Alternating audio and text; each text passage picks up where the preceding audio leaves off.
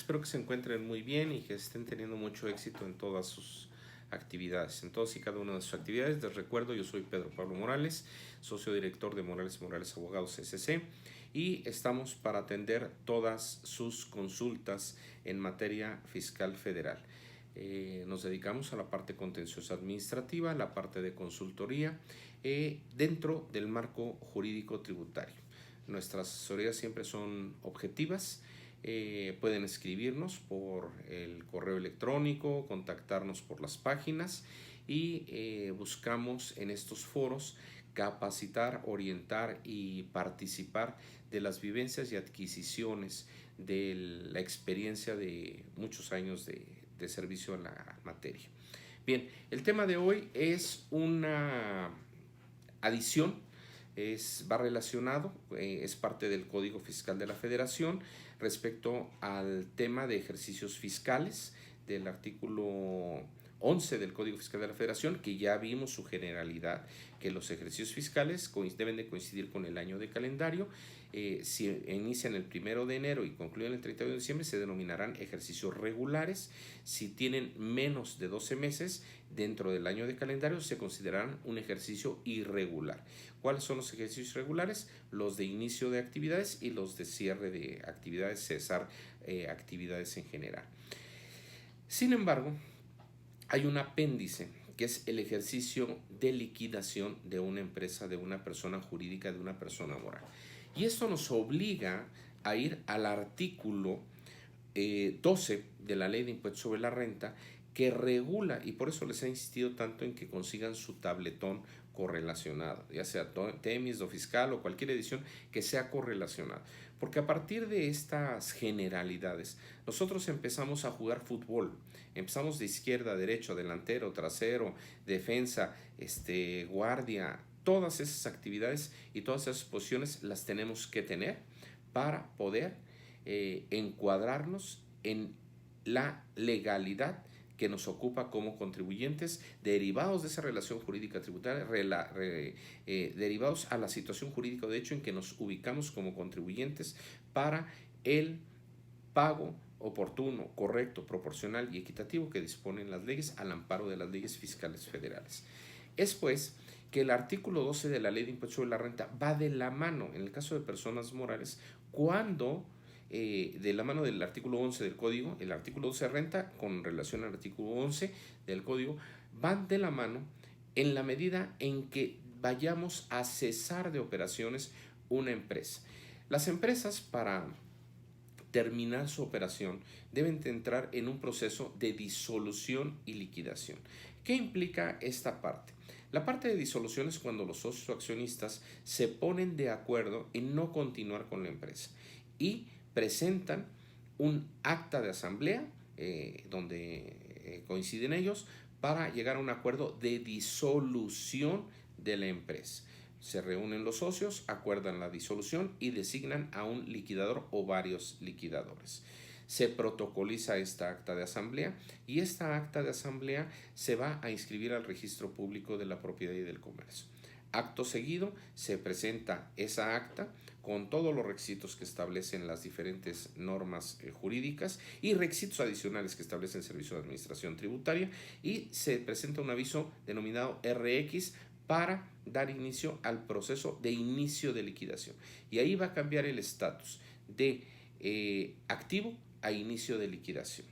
Posteriormente se da un aviso a la Secretaría de Economía y posteriormente se lleva a cabo un acta de liquidación total del activo. Ya se acabaron de concluir todas esas ventas de activos de las empresas y se va a concluir con un acta de liquidación que también tendrá que ser inscrita en el registro público de la propiedad y tendrá que presentarse un formato RX ante servicio, que es un aviso de cancelación total de operaciones. Pero esto que se los platico en 2 minutos es sumamente complicado. No nada más es hacer una acta y presentarlo. Lleva todo un aspecto económico, contable de las operaciones de las empresas y tendrá que cancelarse las cuentas de cheques, tendrá que diluirse todas las cuentas de activo y no tener pasivos. Y si hay pasivo, dar una razón por qué existió el pasivo y que se dieran por pagados y conforme los socios. El artículo 12 establece la forma para efectos de impuesto sobre la renta del ejercicio de liquidación. Y el ejercicio de liquidación, contrario a durar 12 meses, como lo establece el artículo 11 del Código Fiscal de la Federación, puede durar años, siempre y cuando se lleven a cabo las siguientes formalidades. Vamos a dar lectura al artículo 12 de la Ley de Impuesto sobre la Renta, correlacionado con el artículo 11 del Código Fiscal de la Federación, y que a la letra señala: declaración final y pagos provisionales del ejercicio de liquidación. Ese es el cintillo. Dentro del mes siguiente a la fecha en que termine la liquidación de una sociedad, el liquidador deberá presentar declaración final del ejercicio de liquidación.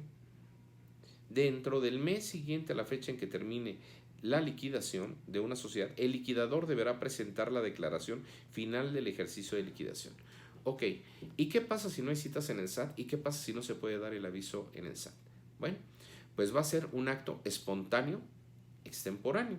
¿Por qué? Porque no hay un ejercicio de facultades de comprobación. Entonces lo podré presentar sin sanción alguna.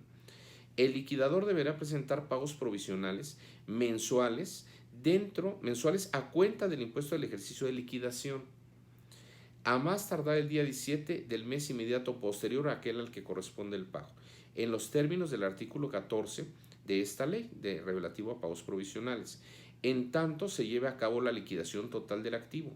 O sea, se harán pagos provisionales tantos meses se tengan que realizar en lo que dure el ejercicio de liquidación. 1, 2, 3, 4, 5 años en lo que se acaban de materializar los inmuebles. Vamos a pensar que entramos en un proceso de disolución y liquidación, pero vamos a vender un activo fijo, que son unas oficinas. Y esas oficinas pues no se pueden materializar en un mes, en 15 días, a lo mejor en un día y a lo mejor en 3 años. Entonces vamos a entrar a tener que hacer pagos provisionales durante todo el ejercicio de liquidación. Saco el ejemplo de Ferronal, Ferrocarriles Nacionales. Duró muchísimos años su tránsito de liquidación. Y a la fecha creo que sigue esa parte. En dichos pagos provisionales no se considerarán los activos establecidos ubicados en el extranjero, solo los activos nacionales. Al término de cada año de calendario, el liquidador deberá presentar una declaración anual a más tardar el día 17 de enero del año siguiente. O sea, si no se ha terminado la liquidación, vamos a presentar una declaración a más tardar en enero del año siguiente, que seguimos en el proceso de liquidación, en donde determinará y enterará el impuesto correspondiente el periodo comprendido desde el inicio de la liquidación y hasta el último día del mes del año de que se trate, y acreditará los pagos provisionales anuales efectuados con anterioridad, correspondientes al periodo antes señalado. La última declaración del ejercicio de liquidación incluirá los activos de los establecimientos ubicados en el extranjero y se deberá presentar a más tardar en el mes siguiente al en que se determine la liquidación, cuando no hayan transcurrido 12 meses desde la última declaración. ¿Qué pasa? Que aquí ya tenemos la regulación. Vamos a presentar pagos provisionales mensuales, pero el ejercicio no va a durar 12 meses. Puede ser un ejercicio irregular, puede ser un ejercicio montado que tenga 18, 24, 36, 48, 60 meses, lo que dure la liquidación, siempre y cuando tengamos que, y siempre y cuando este periodo, cuando se dé largo, vamos a tener que presentar pagos provisionales mensuales y adicionalmente una declaración en enero del siguiente año respecto a la operación anterior, que estamos en el proceso de ejercicio de liquidación. Y tendremos una declaración final, que es la cierre del ejercicio. Y en esa declaración del cierre del ejercicio vamos a tener que incluir todos los activos que se encuentren en el extranjero y que no se declararon en el inicio de la liquidación. Jurídicamente, ¿cuándo muere una empresa? Cuando está el acta de liquidación inscrita en el registro público de la propiedad. ¿Pero qué creen? Para efectos del SAT y para efectos del IMSS, hasta que no se presenta y se aprueba el RX y se traduce en el estatus de cancelado por liquidación, sigue pendiente el proceso de liquidación. Tengan mucho cuidado. Jurídicamente, y cualquier notario o fedatario público se los puede señalar, para ellos la inscripción de la liquidación en el registro público de la propiedad da todo. Para efectos del SAT dice, no, te sigo teniendo en mis registros. Y podrá intentar ciertos ejercicios de facultades de comprobación o alguna acción de verificación, a lo cual tenemos que acreditarle que nosotros ya no estamos activos, pero hay que presentar ese formato RX.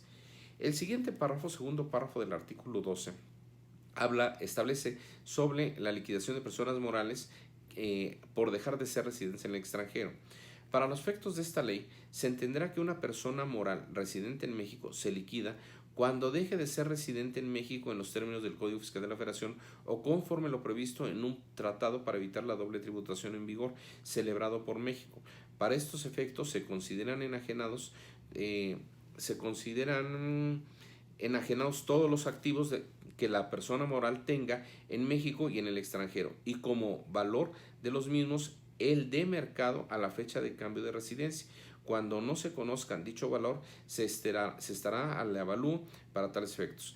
Lleven a cabo las personas autorizadas por las autoridades fiscales. El impuesto que se determine se deberá enterar dentro de los 15 días siguientes a aquel en que suceda el cambio de residencia fiscal. Para los efectos del párrafo anterior, se deberá nombrar a un representante legal que reúna los requisitos establecidos en el artículo 174 de esta ley. Dicho representante deberá conservar a disposición de las autoridades fiscales la documentación comprobatoria relacionada con el pago del impuesto por cuenta del contribuyente durante el plazo establecido en el Código Fiscal de la Federación, contados a partir del día siguiente a aquel en que hubiera presentado la declaración. El último párrafo, la representación legal a la que se refiere en los términos de este artículo será responsable solidario por las contribuciones que deba pagar la persona moral residente en México que se liquida. Ahora, aquí yo los quiero llevar, aunque no es el tema de hoy, vamos al artículo 26 del Código Fiscal de la Federación, que establece la responsabilidad solidaria. Y en este tema me voy a anticipar en el tema de responsabilidad solidaria, hay que analizar con mucho detalle la responsabilidad solidaria de los liquidadores.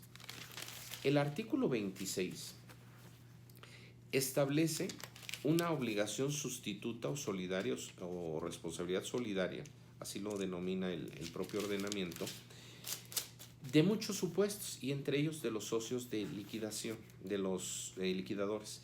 El primer párrafo, son responsables solidarios con los contribuyentes, o sea, un ente ajeno a la empresa es responsable solidario con el contribuyente respecto a una serie de fracciones. Y la que nos implica es la décima y vamos a ver si tenemos la otra.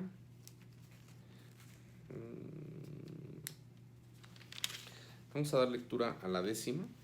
Dice, los socios o accionistas respecto a las contribuciones que se hubieran causado con relación a las actividades realizadas por la sociedad cuando tenía tal calidad, cuando eran socios o accionistas, en la parte del interés fiscal que no alcance a ser garantizada con los bienes de la misma, exclusivamente en los casos en que dicha sociedad incurra en cualquiera de los supuestos a que se refieren los incisos A, B, C, D, E de la fracción tercera de este artículo, sin que la responsabilidad exceda de la participación que tenía el capital social de la sociedad durante el periodo de fecha de que se trate. Entonces, aquí el socio accionista va a ser responsable por las contribuciones que se hubieran causado cuando él era socio accionista y hasta su tenencia accionaria. Bien, sí, el siguiente párrafo, la responsabilidad solidaria a que se refiere el párrafo anterior se calculará multiplicando el porcentaje de participación que haya tenido el socio accionista en el capital social suscrito al momento de la causación por la contribución omitida en la parte que no logre cubrir con los bienes de la empresa. O sea, lo adicional que no alcance a cubrir de la empresa son responsables solidarios en esa parte. La responsabilidad a que se refiere el párrafo anterior únicamente será aplicable a los socioaccionistas que tengan o hayan tenido el control de efectivo de la sociedad respecto a las contribuciones que se hubieran causado en relación con las actividades realizadas por la sociedad cuando se tenía tal calidad. Bien, y las sociedades unidas, vamos a buscarle responsabilidad solidaria de los socios o accionistas. Vamos a tomar medio minuto para encontrar la fracción. Este no lo tenemos preparado para hoy.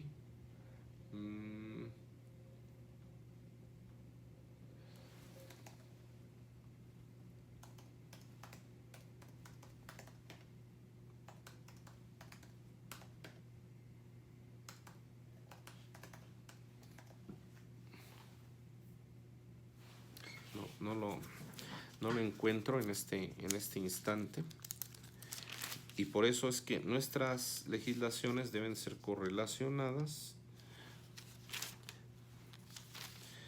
Es la fracción tercera.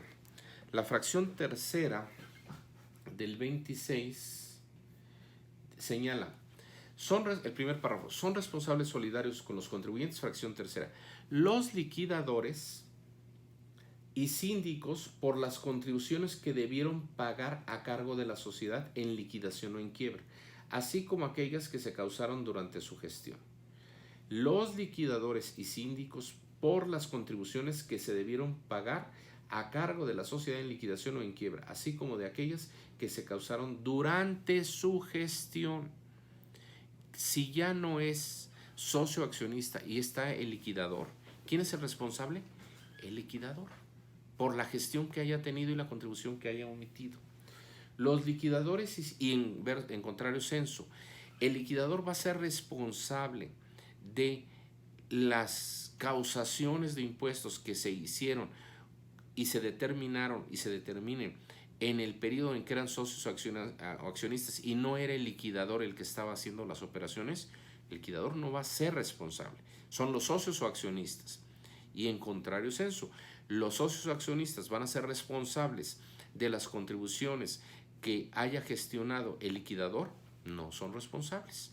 Hay que tener mucho cuidado con la fracción tercera del artículo 26. Siguiente párrafo de la fracción tercera o segundo párrafo. La persona o personas, cualquiera que sea el nombre con el que se les designe, que tengan conferida de la Dirección General, la Gerencia General o la Administración única de las personas morales, serán responsables solidarios por las contribuciones causadas o no retenidas por dichas personas morales durante su gestión. Siempre durante su gestión, así como por las que debieron pagarse o enterarse durante la misma en la parte del interés fiscal que no alcanza a ser garantizada con los bienes de la persona moral que dirige. Cuando dicha persona moral incurra en cualquiera de los supuestos que se refieren a las fracciones A, B, C, D, F, G, H, E y I de la fracción décima de este artículo. Entonces, habrá que analizar el término exacto, el supuesto jurídico, para ver si hay o no hay una responsabilidad solidaria. Y esto deviene como consecuencia de lo que estábamos platicando del ejercicio de liquidación, que es un ejercicio irregular al final de las operaciones de una empresa. Será menor a 12 meses o mayor a 12 meses el periodo de ejercicio de liquidación. Con esto cerramos la parte del ejercicio fiscal correlacionado con el ejercicio fiscal relacionado y correlacionado con el ejercicio de liquidación y no normal, en un periodo normal. Espero que estén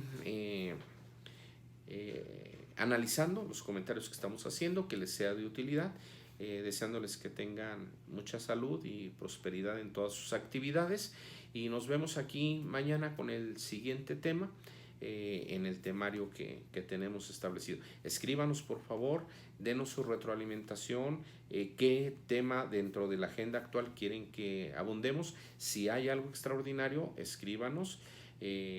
Tenemos ya comentarios de todo el país, lo cual me da una gran satisfacción, y no saber que esto se está perdiendo en el aire, y bueno, colaborar un poco con la capacitación. Soy Pedro Pablo Morales, de Morales y Morales Abogados SC, y estoy a sus órdenes para cualquier retroalimentación que quieran hacer, o alguna duda o consulta que tengan para fin de enriquecer el conocimiento de nuestros compañeros dedicados a la materia fiscal. Transmitimos desde World Trade Center de la Ciudad de México y les deseo un venturoso día de actividades y continuar con esta semana que ya inició ayer. Un abrazo a todos y traten de ser felices. Cuídense.